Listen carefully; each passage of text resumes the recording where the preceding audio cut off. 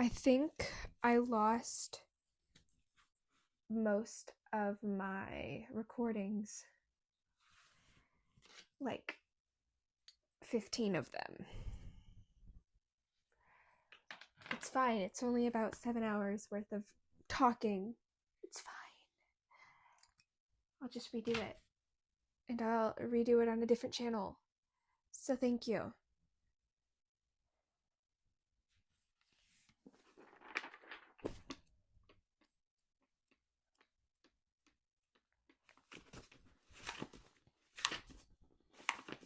I believe I'm on chapter 7, Clockwork Prince by Cassandra Clare, The Infernal Devices of Shadowhunters novel.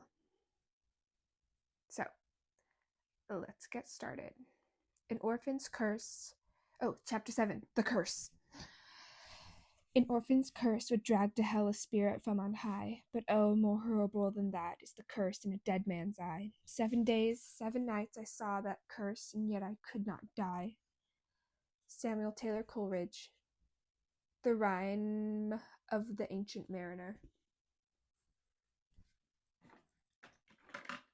Magnus heard the sound of the front door opening and the following clatter of raised voices and thought immediately, Will. And then he was amused that he had thought it. The Shadowhunter boy was becoming like an annoying relative, he thought as he folded down a page of the book he was reading. Lucian's Dialogue of the Gods. Camille would be furious. He had dog-eared her volume. Someone who habits, well, that could not change. Someone whose presence you could recognize by the sound of their boots in the hallway. Someone who felt free to argue with the footman when he'd been given orders to tell everyone that you were not at home. The parlor door flew open, and Will stood on the threshold, looking half triumphant and half wretched. Quite a feat. I knew you were here, he announced, as Magnus sat up straight on the sofa, swinging his boots to the floor. Now, will you tell this overgrown bat to stop hovering over my shoulder? He indicated Archer, Camille's subjugate, and Magnus's temporary footman, who was indeed lurking at Will's side. His face was set in a look of disapproval, but then it was always set in a look of disapproval. Tell him you want to see me. Magnus set his book down on the table beside him, but maybe I don't want to see you, he said reasonably. I told Archer to let no one in. Not to let no one in but you. He threatened me, Archer said in his hissing, not quite human voice. I shall tell my mistress. You do that, said Will, but his eyes were on Magnus, blue and anxious. Please, I have to talk to you. Drat that boy, Magnus thought. After an exhausting day spent clearing a memory blocking spell from a member of the Penhallow family, he had wanted only to rest. He had stopped listening for Camille's steps in the hall or waiting for her messages, but he still preferred this room to others. This room, where her personal touch seems to cling to the thorned roses on the wallpaper, the faint perfume that rose from the draperies. He had looked forward to an evening spent by the fire here. A glass of wine, a book, and being left strictly alone. But now here was Will Herondale, his expression a study in pain and desperation, wanting Magnus's help. He was really going to have to do something about this annoying, soft-hearted impulse to assist the desperate. Magnus thought that in his weakness for blue eyes. Very well, he said with a martyred sigh. You may stay and talk to me, but I warn you, I'm not raising a demon, not before I've had my supper, unless you have turned up some sort of hard proof. No. Will came eagerly into the room, shutting the door in Archer's face. He reached around and locked it for good measure, and then strode over to the fire. It was chilly out. The visible bit of window not blocked by drapes showed the square outside darkening to a blackish twilight. Leaves, blown rattling across the pavement by a brisk-looking wind. Will drew off his gloves, laid them on the mantel, and stretched his hands out to the flames. I don't want you to raise a demon. Magnus put his booted feet up on the small rosewood table before the sofa, another gesture that would have infuriated Camille had she been there. Huh. That's good news, I suppose. I want you to send me through to the demon realm. Magnus choked.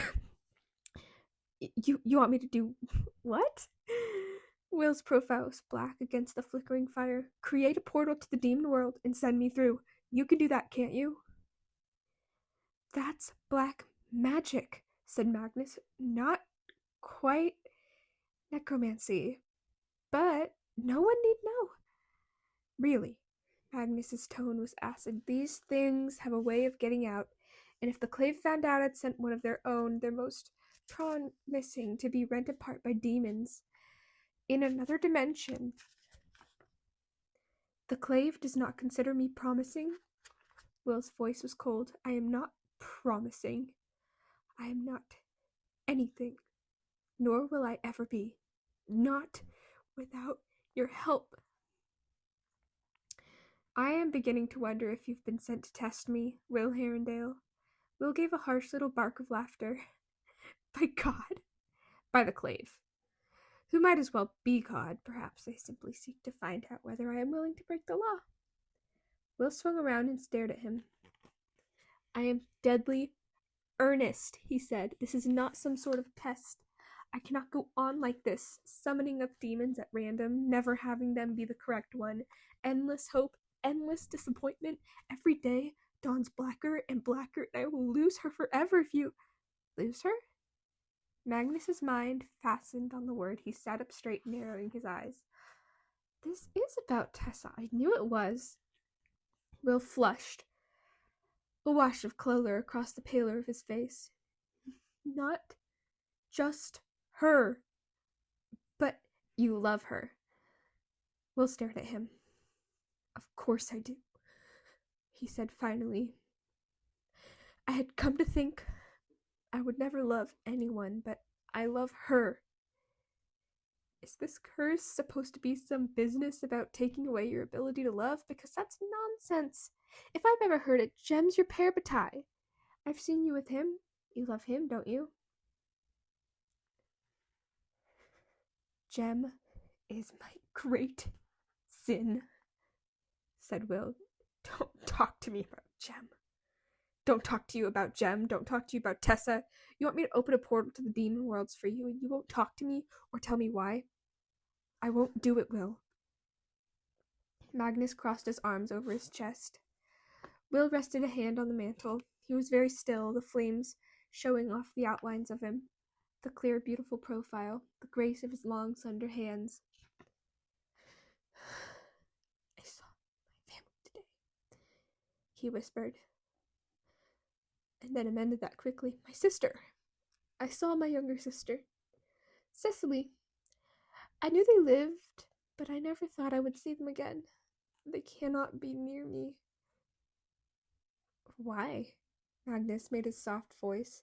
He felt he was on the verge of something, some sort of breakthrough with this odd, infuriating, damaged, shattered boy.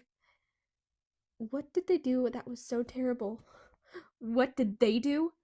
Will's voice rose. What did they do? Nothing. It is me. I am poison. Poison to them. Poison to anyone who loves me. Well, I lied to you, Will said, turning suddenly away from the fire. Shocking, Magnus murmured, but Will was gone into his memories, which was perhaps for the best. He had begun to pace, scuffing his boots along Camille's lovely Persian carpet. You know what I've told you? I was in the library of my parents' house in Wales. It was a rainy day. I was bored, going through my father's old things. He kept a few things from his old life as a shadow hunter. Things he had not wanted for his sentiment, I suppose. To give it up. An old stele, though I did not know what it was at the time, in a small engraved box in a false drawer of his desk. I suppose he assumed that would be enough to keep us out, but nothing is enough to keep out curious children, of course. The first thing I did upon finding the box was open it. A mist poured out of it in a blast, forming almost instantly into a living demon. The moment I saw the creature, I began to scream. I was only 12. Okay, I'd never seen anything like it. Enormous, deadly, all jagged teeth and barbed tail, and I had nothing, no weapons. When it roared, I fell to the carpet. The thing was hovering over me, hissing. Then my sister burst in. Cecily? Ella. My elder sister. She had something blazing in her hand. I knew what it is now. A seraph blade. I had no idea then. I screamed for her to get out, but she put herself between the creature and me. She had absolutely no fear.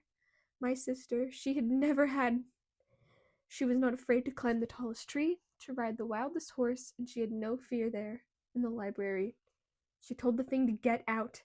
It was hovering there like a great, ugly insect. She said, "I banish you." Then it laughed. It would. Magnus felt a strange stirring of both pity and liking for the girl brought up to know nothing about demons, their summonings or their banishment, yet standing her ground regardless. It laughed, and it swung out with its tail, knocking her to the ground. Then it fixed its eyes on me. They were all red, no whites at all. It said, "It is your father I would destroy, but as he is not here, you will have to do." I was so shocked, all I could do was stare.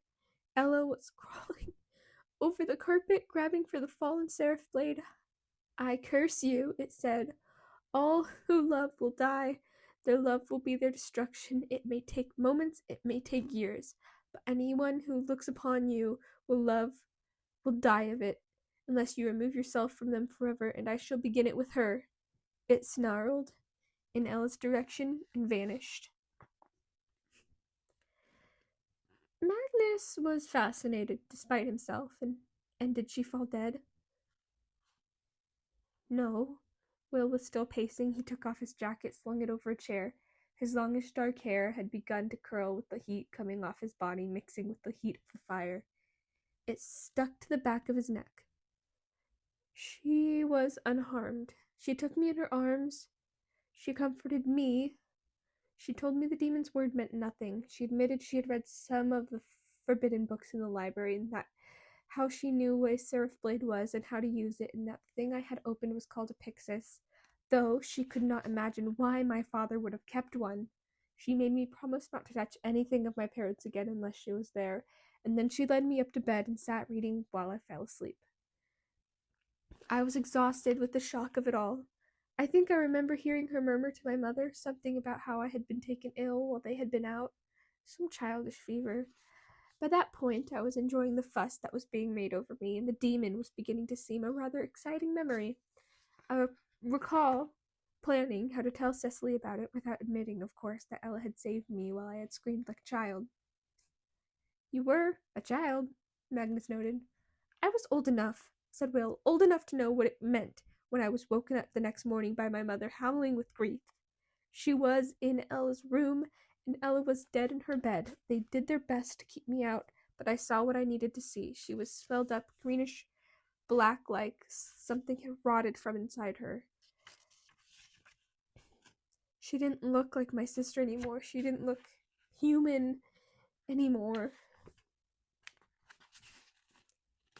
I knew what had happened, even if they didn't. All who love you will die, and I shall begin it with her. It was my curse at work. I knew then that I had to get away from them, from all my family, before I brought the same horror down on them. I left that night, following the roads to London." Magnus opened his mouth and closed it again. For once, he did not know what to say. "So, you see," said Will, "my curse can hardly be called nonsense. I have seen it, at work, and since that day I have striven to be sure that what happened to Ella will happen to no one else in my life. Can you imagine it? Can you?" He raked his hands through his black hair, letting his tangled strands fall back into his eyes. "Never letting anyone near you, making everyone who might otherwise love you hate you. I left my family to distance myself from them and that they might forget me. Tessa? Magnus's mind was suddenly full of the serious-faced, gray-eyed girl who had looked at Will as if he were a new sun drawing on the horizon. You think she does not love you? I do not think so. I've been foul enough to her. Will's voice was wretchedness and misery and self-loathing all combined. I think there was a time when she almost... I thought she was dead, you see, and I showed her. I let her see what I felt. I think she might have returned to my feelings after that, but I crushed her as brutally as I could. And Jem? Said Magnus, dreading the answer, knowing it. Jem is dying anyway, Will said in a choked voice. Jem is what I have allowed myself. I tell myself if he dies, it's not my fault. He's dying anyway, and in pain. Ella's death at least was swift, perhaps. Through me, he can be given a good death. I looked up, miserably, met Magnus's eyes, accusing. No one can live with nothing, he whispered. Jem is all I have. You should have told him, said Magnus. He would have chosen to be a parabatai anyway, even knowing the risks. I cannot burden him with that knowledge. He would keep it secret if I asked him to, but it would pain him to know it. And pain I cause others would only hurt him more. Yet, if I were to tell Charlotte, to tell Henry and the rest that they have behavior is a sham, that every cruel thing I have said to them is a lie, that I wander the streets only to give the impression that I have been out drinking and whoring, when in reality I have no desire to do either, that I have ceased to push them away. And thus you have never told anyone of this curse? No one but myself. Since you were 12 years old. I could not, Will said. How could I be sure they would form no attachment to me once they knew the truth? A story like that might engender pity. Pity could become attachment, and then... Magnus raised his eyebrow. Are you not concerned about me? That you might love me? Will sounded genuinely startled. No. For you hate Nephilim. Do you not? And besides, I imagine you warlocks have ways to guard against unwanted emotions, but for those like Charlotte, like Henry, if they knew the persona I presented to them was false, if they knew of my true heart, they might come to care for me. And then they would die, said Magnus.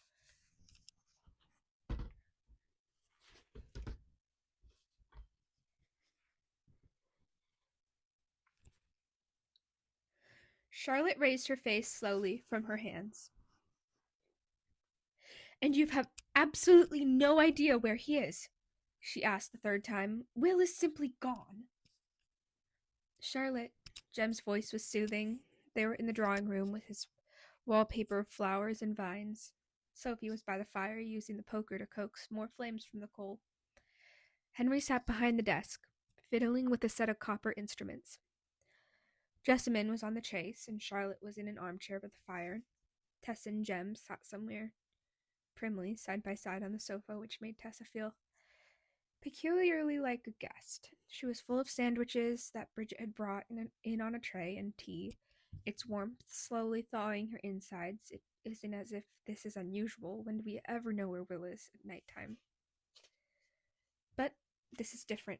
He saw his family, or his sister at least. Poor Will. Charlotte's voice shook with anxiety. I had thought perhaps he was finally beginning to forget about them.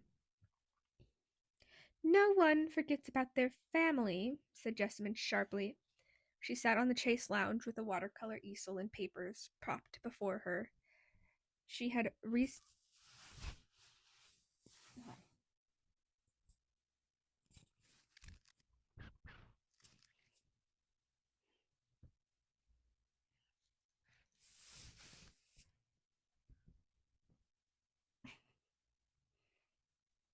Thank you. She. Okay, sorry. She'd recently made the decision that she had fallen behind in pursuing the maidenly arts and had begun painting, cutting silhouettes, pressing flowers, and playing on the spinet in the music room, though Will said her singing voice made him think of a church when he was in a particularly complaining mood. Well, no, of course not, said Charlotte hastily. But perhaps not to live with the memory constantly as sort of dreadful weight on you? As if we'd know what to do with Will if he didn't have the morbs every day, said Jessamine. Anyway, he can't have cared about his family that much if in the first place, or he wouldn't have left them.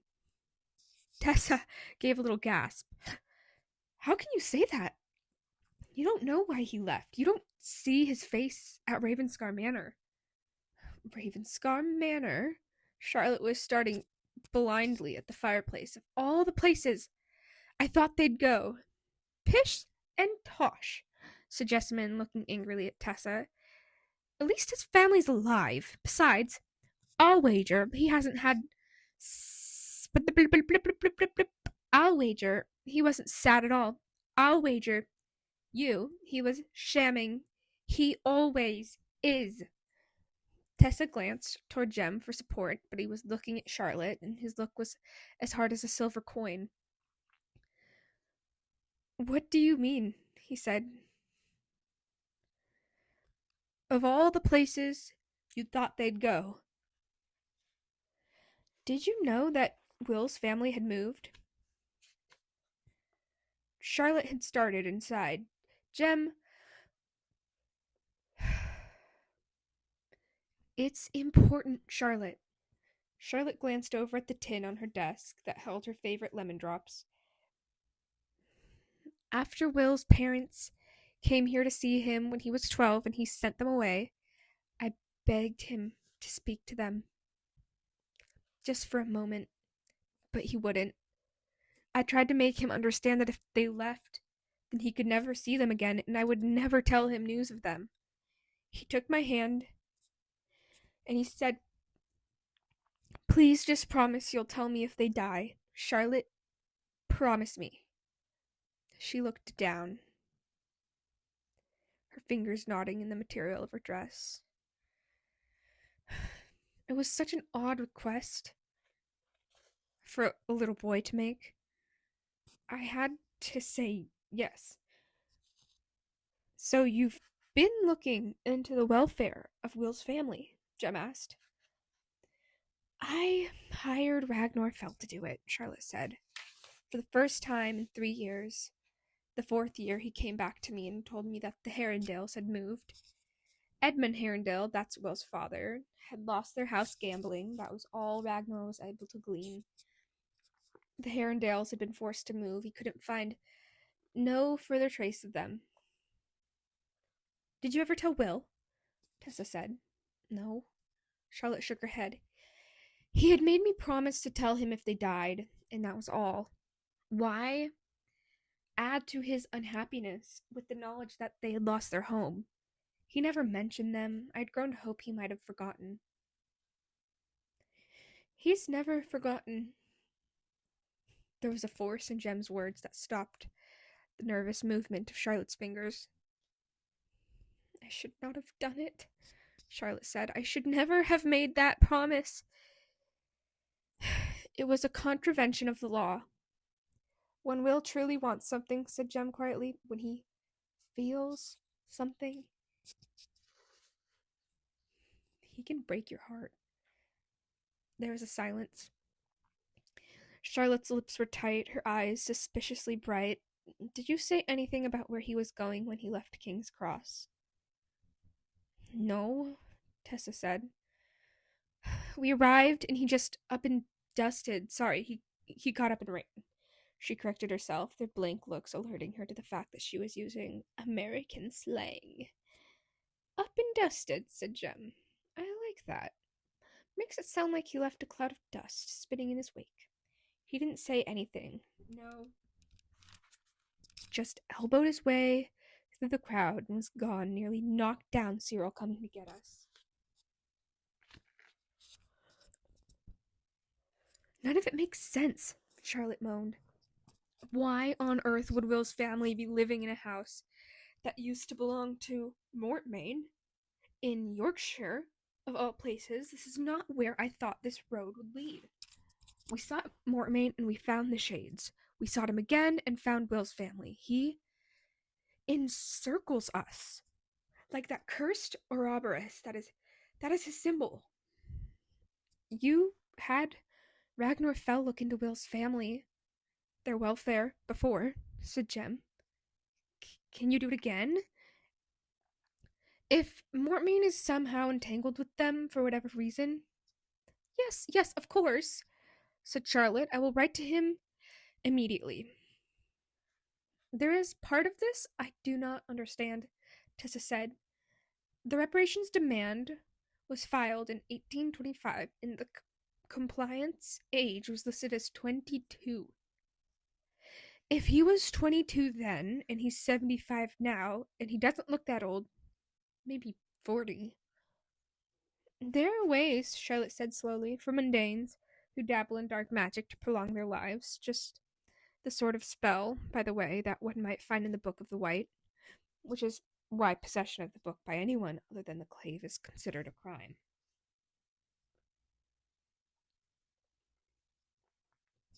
All that newspaper business about Mortmain inheriting a shipping company from his father, Jem said.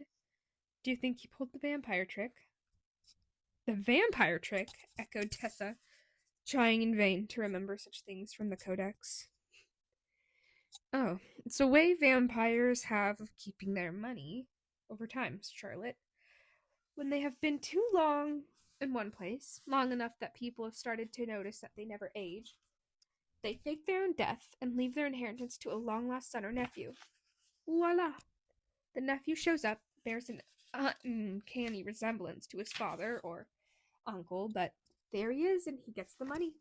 And they go on like that for generations sometimes. Mortmain could easily have left the company to himself to disguise the fact that he wasn't aging. So, he pretended to be his own son, said Tessa, which would also have given him a reason to be seen changing the directions of the company, to return to Britain and begin investing himself in mechanisms, that sort of thing. And it's probably also why he left the house in Yorkshire, said Henry.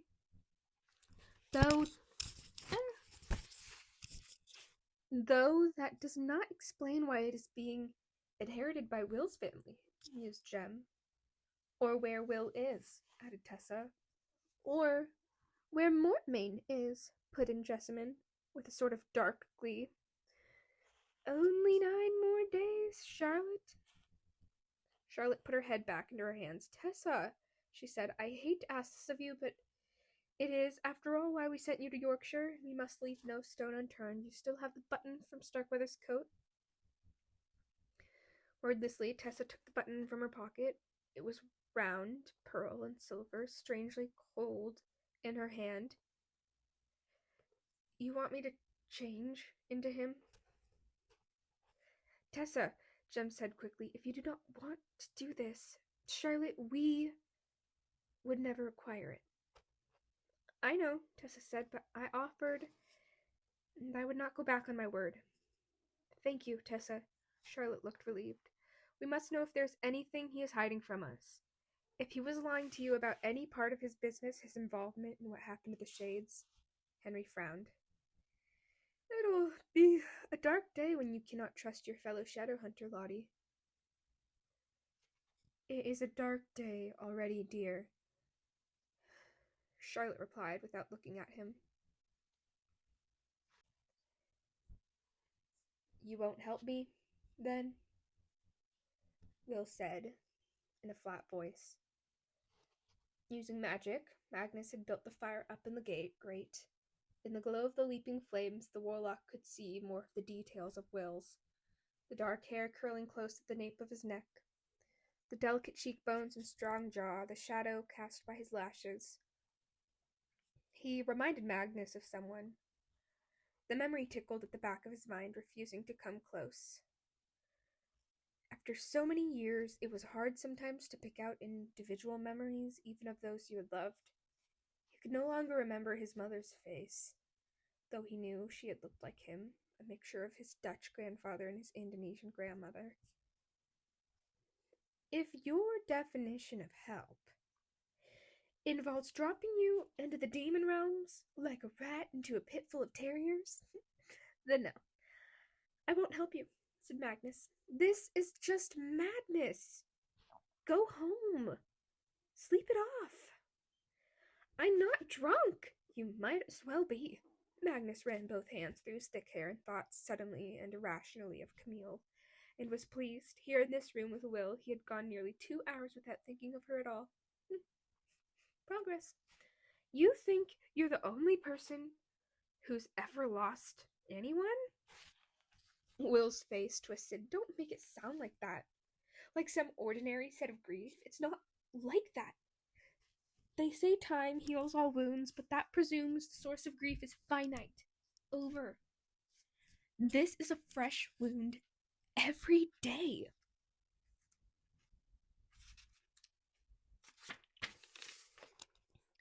Yes, said Magnus, leaning back against the cushions. That is the genius of curses, isn't it? It would be one thing if I had been cursed so that everyone I loved would die, said Will. I could keep myself from loving to keep others from caring for me. It's an odd, exhausting procedure. He sounded exhausted, Magnus thought, and dramatic in the way that only 17-year-olds could be.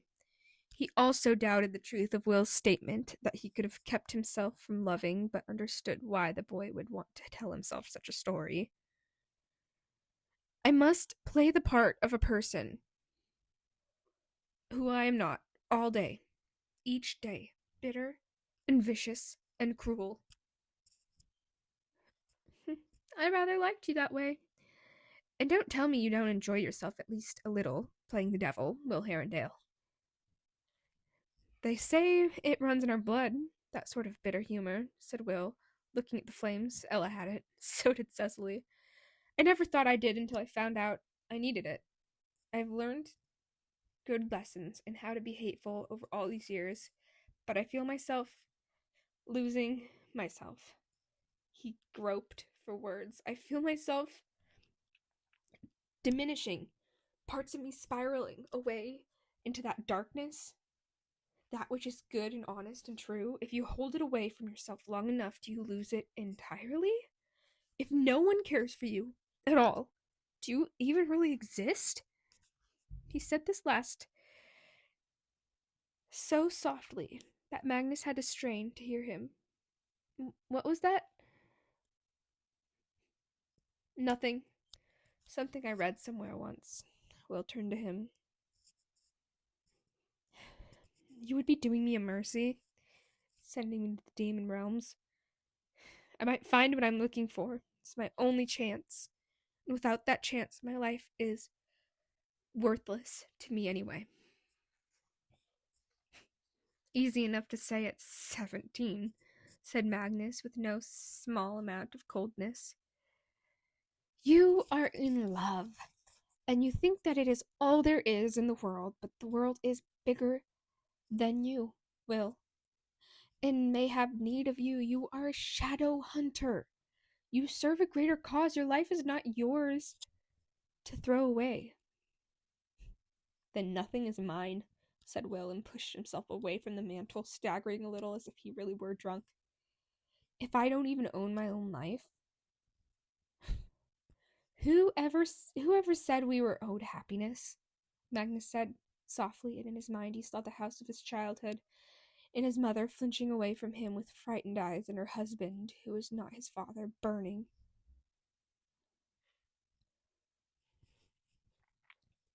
What about what we owe to others? I've given them everything I have already, said Will, seizing his coat off the back of the chair. They've had enough out of me. And if this is what you have to say to me, then so have you, warlock. He spat the last word like a curse, regretting his harshness. Magnus began to rise to his feet, but Will pushed past him toward the door. It slammed behind him. Moments later, Magnus saw him pass by the front window, struggling into his coat as he walked, his head bent down against the wind.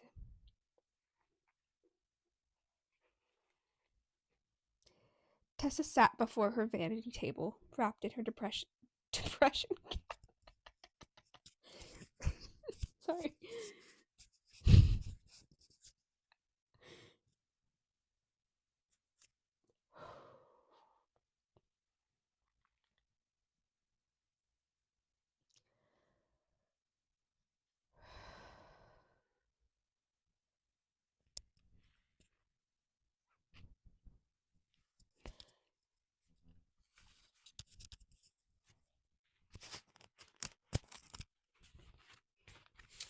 Tessa sat before her vanity table, wrapped in her dressing gown and rolling the small button back and forth in her palm.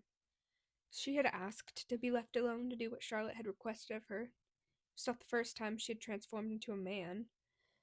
The Dark Sisters had forced her to do it more than once, and while it was a peculiar feeling, it was not what fueled her reluctance. It was the darkness she had seen in Starkweather's eyes.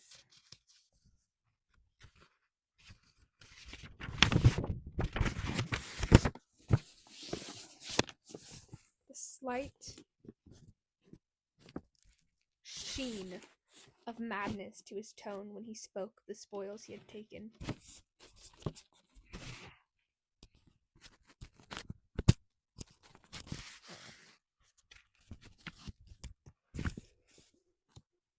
She did not have to do it, she thought. She could walk out there and tell them she had tried and it had not worked. But she knew, even as the thought flickered through her mind, she could not do that. Somehow she had come to think of herself as bound with loyalty to the Institute's Shadowhunters.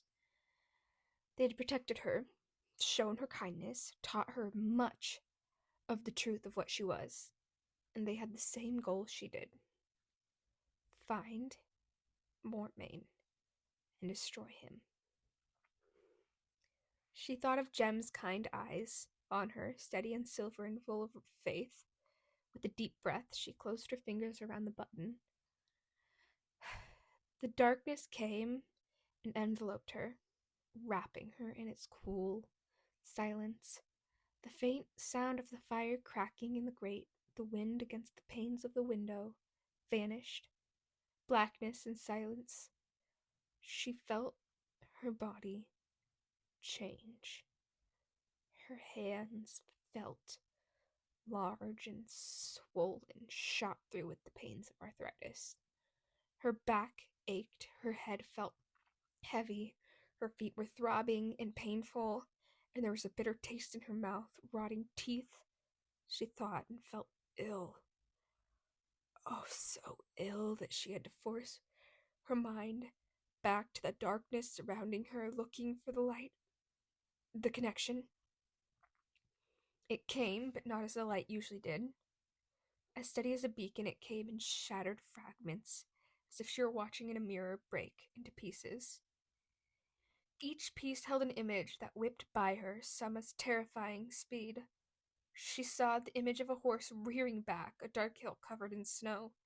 The black basalt council room of the clave, a cracked headstone she struggled to seize and catch at a single image.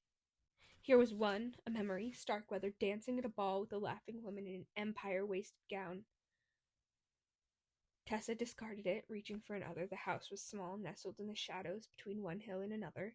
Starkweather watched from the darkness of a copse of trees as the front door opened and out came a man. Even in memory, Tessa felt Starkweather's heart begin to beat more quickly.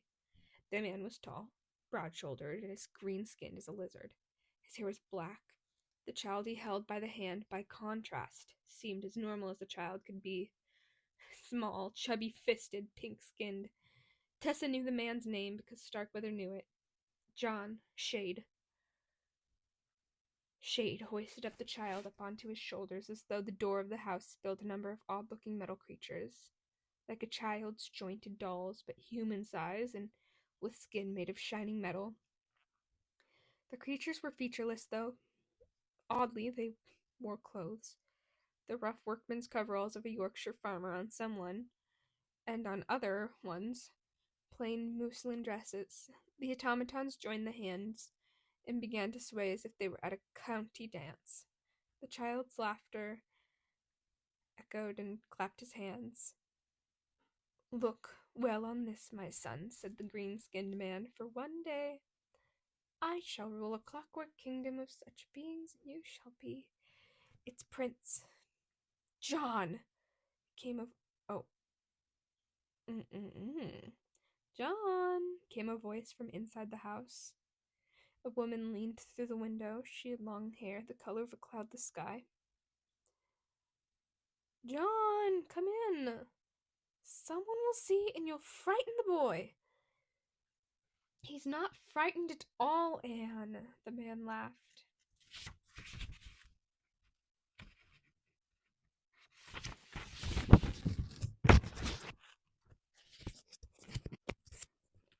"Set the boy down on the ground, ruffling his hair. My little clockwork prince." A swell of hatred rose in Starkweather's heart as the memory is so violent that it ripped Tessa free, sending her spinning. Through the darkness again, she began to realize that what was happening. Starkweather was becoming senile, losing the thread that connected thought and memory. What came and went in his mind was seemingly random. With an effort, she tried to visualize the Shade family again and caught the brief edge of a memory, a room torn apart, cogs and cams and gears and ripped metal everywhere, fluid leaking as black blood, and the green-skinned man and blue-haired woman lying dead among the ruins. Then that too was gone, and she saw again and again the face of the girl from the portrait on the stairwell, the child with the fair hair and stubborn expression. Saw her riding a small pony, her face set determinedly. Saw her hair blowing in the wind of the moors. Saw her screaming and writhing in pain as a stele was set to her skin, and black marks stained its whiteness. And last, Tessa saw her own face appearing out of the shadowy gloom of the York Institute's nave. She felt the wave of his shock ripple through her, so strong that it threw her out of his body and back into her own. There was a faint thump as the button fell out of her hand and stuck to the floor. Tessa raised her hand and looked into the mirror over her vanity. She was herself again, and the bitter taste in her mouth now was blood where she'd bitten her lip. She rose to her feet, feeling ill, and went over to the window, throwing it open to feel the cool night air on her sweaty skin. The night outside was heavy with shadow. There was little wind, and the black gates of the Institute seemed to loom before her, their motto speaking more than ever of morality and death. A glimmer of movement caught her eye. She looked down and saw a white shape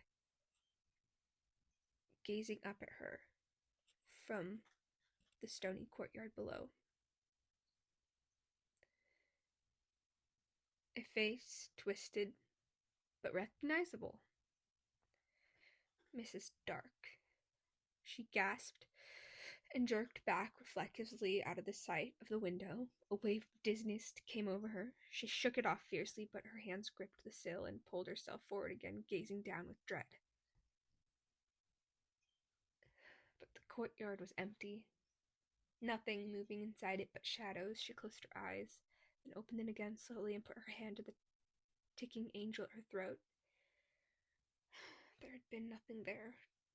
She told herself, just the rags of her wild imagination, telling herself she'd better rein in her daydreaming or she'd end up as mad as old Starkweather. She slid the window shut.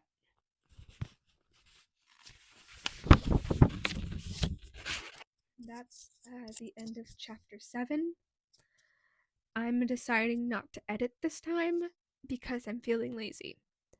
But I hope you enjoyed my laughter and my cat. I hope he wasn't too irritating. Anyway, chapter 8's next.